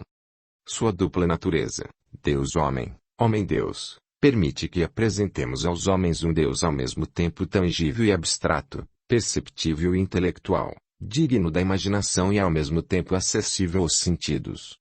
Com a dupla natureza de Cristo, o mesmo Deus que internece a alma piedosa de uma pobre mulher ocupará a reflexão de um sábio. Nisto residirá o segredo da eficácia e da rápida propagação do cristianismo. Mas uma eficácia em extensão, sem profundidade, uma propagação rápida em quantidade, nunca em qualidade. Leve a rios a melhor e a credulidade popular não tardará a encontrar outros seres sobre-humanos para alinhar ao lado do Cristo, estabelecendo escalas entre o céu e a terra. A religião envolta no mistério e alicerçada sobre a fé não raciocinada terá em si, necessariamente, uma perspectiva de ignorância, de noite mental que poderá arrastar consigo a vantagem do domínio fácil sobre a massa, mas que traz em si também a possibilidade de muitos enganos entre os quais, talvez, este dia estabelecer em derredor de Jesus um culto multiforme. A fé é, sobretudo, o problema da verdade. A verdade é o mistério. A verdade é a razão. Houve uma pausa carregada de intenções de ambas as partes. Muito em breve, passou pela minha cabeça, as criaturas estarão sendo obrigadas a crer nisto ou naquilo, independentemente do que penam. Então, quando se der com a impossibilidade de calar as consciências, caiar-se-ão seus instrumentos. Os postes, as fogueiras, os suplícios terão apenas outros espectadores. Existe em Deus, ouvi remotamente a voz de Atanásio legislando, unidade de substância e trindade de pessoas ao mesmo tempo embora distintas sob o nome de primeira, segunda e terceira pessoas, Pai, Filho e Espírito Santo, são igualmente eternas, perfeitas e incriadas, numa palavra, absolutamente iguais entre si. Nenhuma delas, em separado possui a plenitude da divindade. Jesus, fundador do cristianismo, é a segunda pessoa e se encarnou no tempo para a redenção do gênero humano. Sois obrigados a crer assim, é o dogma. E se a razão objetar, se esse Deus único em três pessoas não oferecer à mente uma concepção clara e consistente? Essa obscuridade é divina. É o mistério. Inútil dissecar os termos, inútil tentar a penetração de seus sentidos. Muito tempo depois um doutor célebre escreveria que, dizendo três pessoas, fala-se não para dizer alguma coisa, mas tão somente para não emudecer. Aquela noite estávamos, pela primeira vez, face a face com o dogma. E, não sei porquê, talvez pela necessidade de substituir um pensamento doloroso por outro que doesse menos, veio-me à mente a flor silvestre que um dia Prisco me dera. Desejei revê-la, sentir entre os dedos suas asperezas e aspirar o seu acre perfume, quase de todo apagado.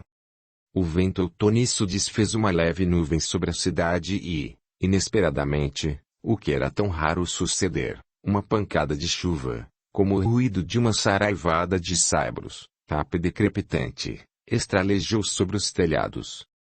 Eu podia contar nos dedos as vezes em que vira a chuva e, por isso, sai para fora. À luz das tochas uma leve poeira fulva se levantou no átrio em derredor do poço. Sobre a terra ressequida as gotas eram como pequenos tapas espertos e secos. Viu através dos respingos fugazes, além das sombras dos tamarineiros. Saí a correr sob a chuva e ele estendia os braços ansiosos para mim. Toda a poesia de minha vida poderia resumir-se naquele instante passageiro, entre os fios prateados quando avançamos um para o outro e ela prendeu-me fortemente nos braços gelados. Estávamos perturbados os dois, porém nos sorrimos e uma maravilhosa sensação de paz caiu sobre nós. Não lhe perguntei o que trouxera nem como me descobrir ali. Eu sempre o via assim, em situações que não podia compreender. Não pensei que estava molhada e que necessitava voltar. Pensava apenas que um irresistível anseio trouxera para mim. Estávamos cansados de lutar, de 100 vezes negar. E naquele momento queríamos apenas sentir, sem palavras, sem frases, sem ontem e sem amanhã. Posso ainda ver a chuva escorrendo pelo belo rosto amado e do seu olhar inundado de ternura e alegria. Pelas nossas mãos apertadas eu senti o fluxo e o refluxo de nossos dons, riso e canto em todas as suas tonalidades, o arrebatamento, o ritmo sem o esforço da linguagem. Foi um momento de sedução apaixonada e de esquecimento. A força oculta que nos dominava e a qual terminávamos por obedecer, conduzia-nos por insuspeitados atalhos, ao sol ou pelas trevas, Porém sempre haveria alegria no momento em que partilhássemos a colheita. Éramos diferentes, nisso estava o mistério e o milagre. Se ele me tomasse nos braços e dissesse: amo-te, eu talvez recuasse. E o mágico encanto se esfacelaria. Mas era um amor de adolescentes e a nossa inocência fazia com que o mágico encanto não se esfacelasse. Não fora assim aqueles instantes de ternura, quem sabe, não se transformaria num marco aborrecido, banal e triste no passado. As águas de nossa primavera não nos arrebatavam. Sofríamos as pequenas dores como quem se prepara para as dores maiores. A vida nos tomaria nos braços e nos apertaria com força e nossa única defesa ia ser não mais esperar o venturoso enlace. Estávamos esquecidos numa enseada de maravilhoso alinhamento. Não se passou, porém, muito tempo e Nícalo surgiu. Sua presença não surpreendeu a Prisco. É melhor que voltes, disse-me ele baixinho. Eu me sentia pacificado e obedeci. Prisco não me libertou de pronto, mas depois largou-me a mão e sorriu-me ternamente. Corri com Nícalo através do pátio e quando me voltei, já na pérgola, Prisco tinha desaparecido. Sacudi os cabelos e recompus as dobras do manto. Nícalo sorriu olhando para mim e eu sorri-lhe também. Querido Nícalo. Meu amigo. Meu aliado. A rápida pancada de chuva já havia passado. Avidamente a terra seca bebia as poças rasas e apenas uma doce e reconfortante frescura enchia o ar. Estás molhada, vai à cozinha e seca-te. Sim, nos fundos dos alojamentos haveria fogo aceso. Minha hora de beleza terminara, eu precisava retornar às coisas prosaicas. Tu lhe disseste que vinhas aqui? Perguntei. Claro que não, não havia motivo para isso. Não foi ocasionalmente. Não, não foi. E tu, por que saíste? Não sei. Não sei. Então, uma suspeita, um sentimento vago de intranquilidade se assenhoreou de mim e me fez olhar de soslaio para Nícalo. Sabes por que ele veio? Nícalo não respondeu de pronto. Desviou os olhos de mim para as barreiras já despidas, onde grandes cachos amadureciam. Não exatamente. Ele se preocupa. Sente-se infeliz, disse lentamente. Quis ver-te. Não, não é só isso, tu poderias dizer-me. Ele se vai embora, por isso veio. Quando partirá, Nícalo? Nícalo estava na sombra, mas ao voltar-se rapidamente para mim saiu outra vez para a luz. Nós nos fitamos face a face. Eu levei a mão à boca arrependida da pergunta e repentinamente arrasada. Oh, não. Disse-lhe. Não respondas, Nícalo, não respondas. Atormentada dei-lhe as costas e fugi para os compartimentos dos fundos. Capítulo 14. A visita importante de Atanásio seguiram-se muitas outras dali por diante.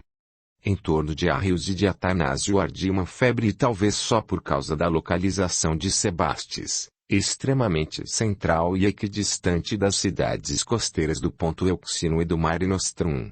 A disputa e o debate nos estivessem chegando por último. Uma situação possivelmente guardada havia muitos anos vinha à tona. Os primeiros bispos que visitaram Sebastes, de passagem, a serviço da propaganda, escandalizaram a comunidade. Éramos o que se poderia chamar fiéis simples. Nossa religião não tinha artifícios, estava toda voltada para a prática e o exercício da vida de todos os dias. Fundando as igrejas ao longo de suas jornadas, os apóstolos do Senhor as entregavam às mãos dos presbíteros, palavra grega de presbus, velho, ancião. Adastro era um presbus e recusar o título de bispo, que se vinculava ao paganismo. Os visitantes que chegavam, entretanto, o aceitavam e tinham adotado por símbolo de sua autoridade, o alto cajado de ponta recurva. O litus que víamos nas mãos dos sacerdotes dos cultos pagãos, chamados augures, os quais eram encarregados de predizer os acontecimentos futuros mediante a observação do tempo, o voo e o canto dos pássaros. O litus dos bispos cristãos surgia muitas vezes magnífico, trabalhado em metais preciosos, encastoados de gemas. Lembro-me do nosso pasmo estarrecido quando vimos as primeiras roupagens especiais, os paramentos que de pouco em pouco tinham passado a usar. Eu gostaria de poder repetir os ingênuos comentários que eu via serem feitos. Entre nossos companheiros da igreja, um deles, Ilho, era fulo batantro. Naquele tempo a indústria do batão florescia por toda a parte. Ilho, além de fabricar vestimentas, recebia roupas usadas para limpar e renovar. As comitivas confiavam-lhe, pois, a limpeza de suas bagagens e a caveia viminea de Ilho se enchia com os mantos faustosos, as dalmáticas e as roupagens talares. Os banhos de nitro e galactita, as fumigações de enxofre restituíam-lhes o brilho para as apresentações públicas e cerimoniais incompreensíveis para nós. O pobre Ilho, que tinha os sacerdotes pagãos por velhos clientes, apenas distinguia dos pertences dos inesperados fregueses pela cruz que, para uns, substituía os símbolos dos outros. Velho e cansado, aturdido e sem forças, Adastro silenciava ante as esplendorosas visões e mais cedia Meliton, tão altamente merecedor aos olhos dos assessores de Alexandria, o governo da igreja. Às instâncias de seu coração e de sua inteligência, negava-se a abandonar o posto a que fora elevado por votos de confiança para ele inesquecíveis, mas seu rosto venerável se fazia mais fino e seu olhar mais baço. Ele servira ao cristianismo como seus antecessores o tinham feito, desde os primeiros tempos, aceitando as tarefas mais árduas e buscando os últimos lugares.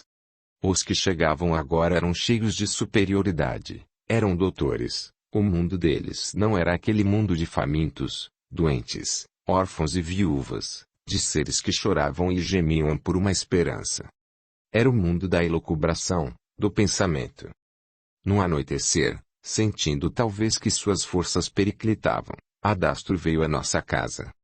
Conforme nos disse, vinha solicitar a companhia de João, se o rapaz já estivesse, como parecia, inteiramente bom.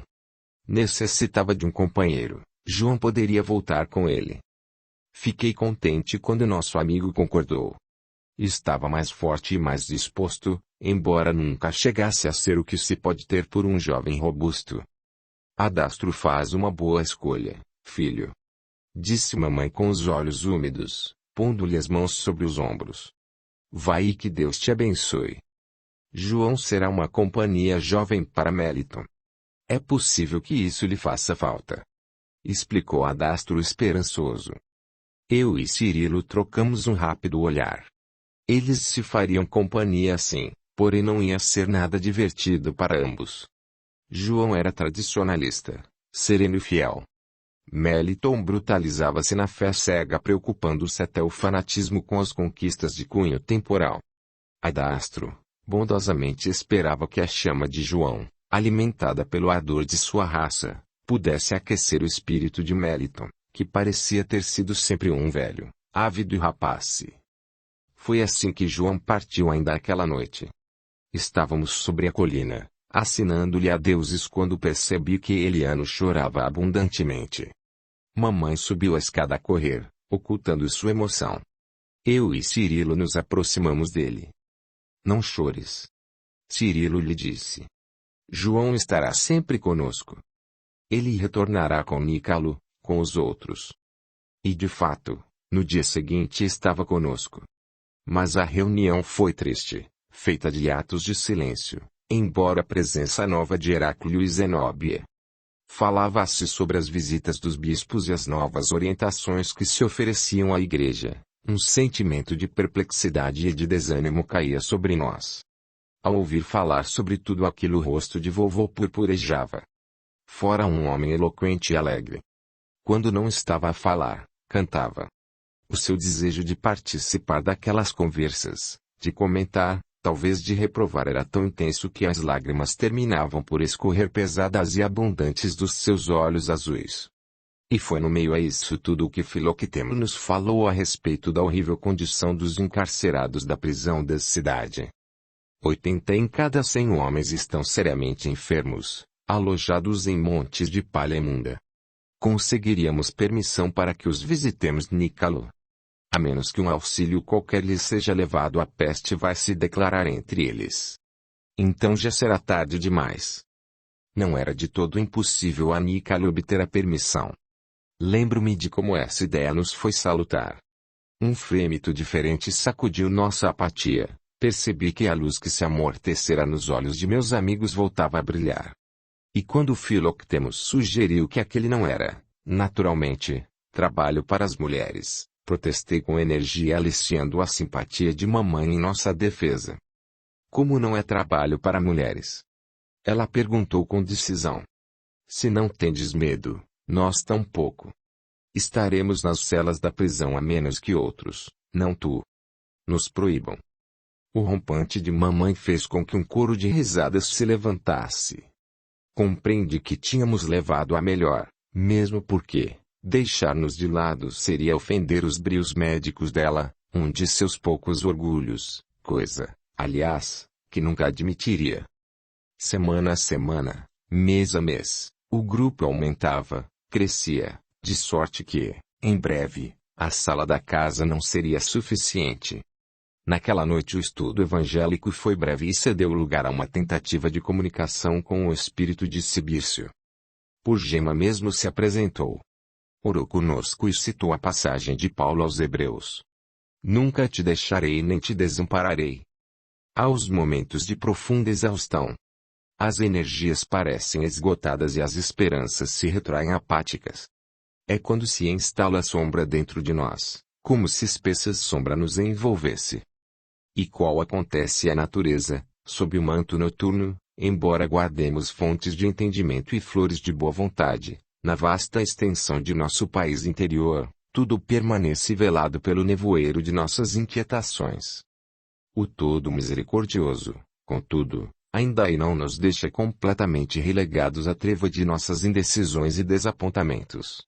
Assim como faz brilhar as estrelas fulgurantes no alto, desvelando os caminhos constelados do firmamento ao viajor perdido no mundo, acende nos seus de nossos ideais, convicções novas e aspirações mais elevadas, a fim de que nosso espírito não se perca na viagem para a vida superior. Nunca te deixarei, nem te desampararei, promete a divina bondade. Nem solidão, nem abandono. A providência celestial prossegue velando. Mantenhamos, pois, a confortadora certeza de que toda tempestade é seguida pela atmosfera tranquila de que não existe noite sem alvorecer. Aquele canto de esperança ecoou em júbilos em nossas almas jovens. Sim, era preciso confiar e, sobretudo, agir.